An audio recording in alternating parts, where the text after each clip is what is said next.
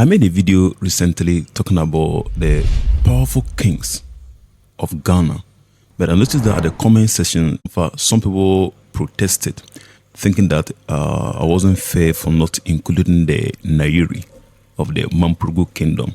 So that drew my attention to pay attention to the Mamprugu kingdom.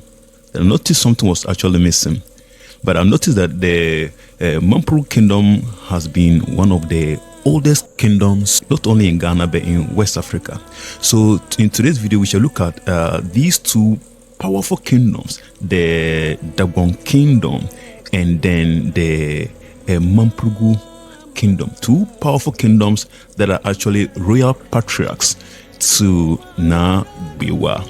Maybe those of you who have not heard about Nagbewa, he was a very powerful ruler. His seat of rulership was around Pusiga, that is close to Kerende Boko. So let's look at these two powerful kingdoms of Ghana that dominated the scene in Ghana and then West Africa in the early centuries. So let's talk the Mamprugu kingdom. But the Mamprugu kingdom was established in the 1200s. That is around the 12th century.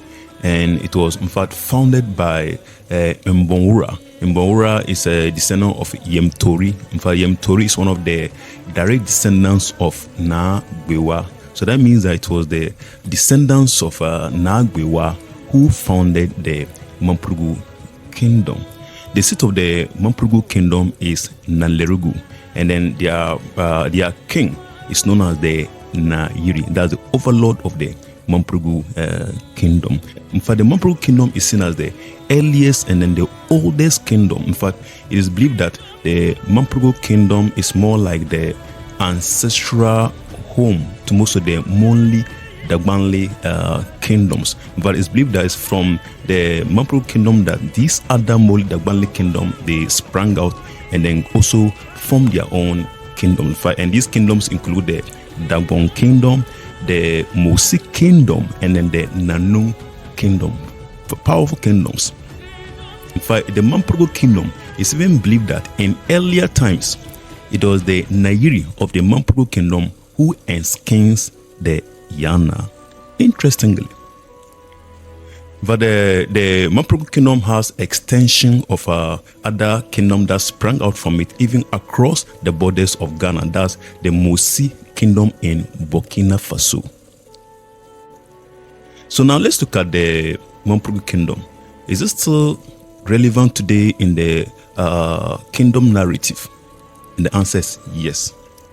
In fact, it's noted that it's the Nairi who ensconced powerful paramountcies and kings like the Wana of the Wala traditional area, but that is in the Upper West region. And he's also the one that ensconced the Bongo Naba and then the Boga Naba as well.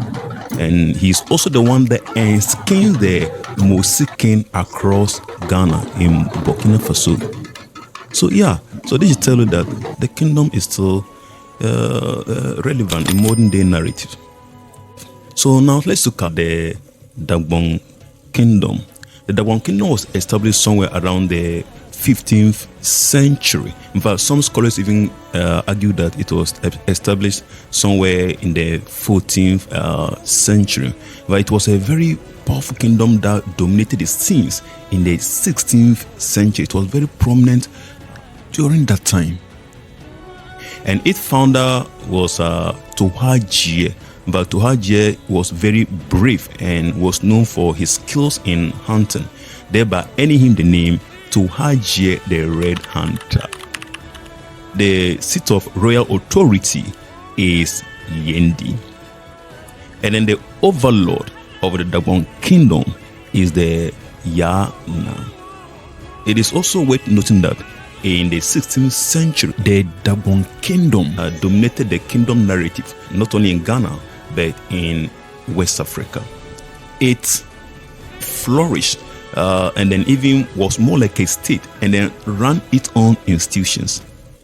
And even I argued in my previous video that the Dagbon kingdom was the one that produced the first university in Ghana known as the University of Molili. Why? Because during that time they had systems that were running. They had hospitals, they had institutions that were functioning more like a state. And interestingly, they also had a very formidable and strong army. People might not know this, but the Dagbon Kingdom, during that time that they were flourishing in the 16th century, they dared the Germans. Yeah, they dared the Germans, and then they went into war with the Germans. And during that time, the Germans were very brutal. If you read history, you know that they were very brutal. But these people were able to dare them, and they went into war with them.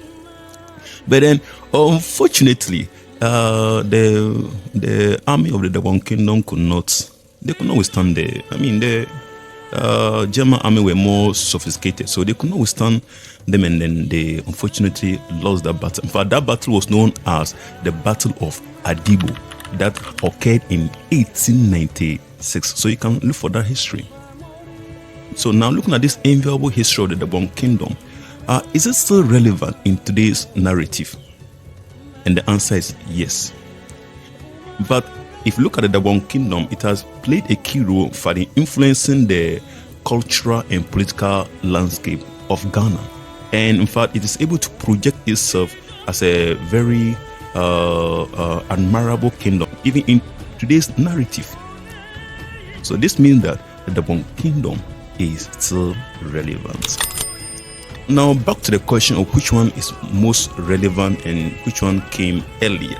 Undoubtedly, it is clear that the Mamprugu Kingdom, headed by the Nairi, is the first kingdom that existed, not only in Ghana, but also among one of the earliest kingdoms in West Africa. But overtaking is allowed, so the Dagbon Kingdom did so well, and they actually push on to dominate the scene and then portray themselves very well as a very powerful kingdom. But then in prominence, is the Dagbon Kingdom prominent more than the Mamprugu Kingdom? But I think both are still relevant, even in today's narrative. The Dagbon Kingdom, for the Dagbon Kingdom, even though it's able to project itself very well, but they still give reverence to the Nairi because of the seniority. In fact, the Nairi is seen as the eldest when it comes to royal kingdoms. It's seen as the eldest sons of the descendants of Nabewa. But interestingly, when we talk about the Moli Dagbani, my tribe, the Gabes, also have a connection to the Moli Dagbani.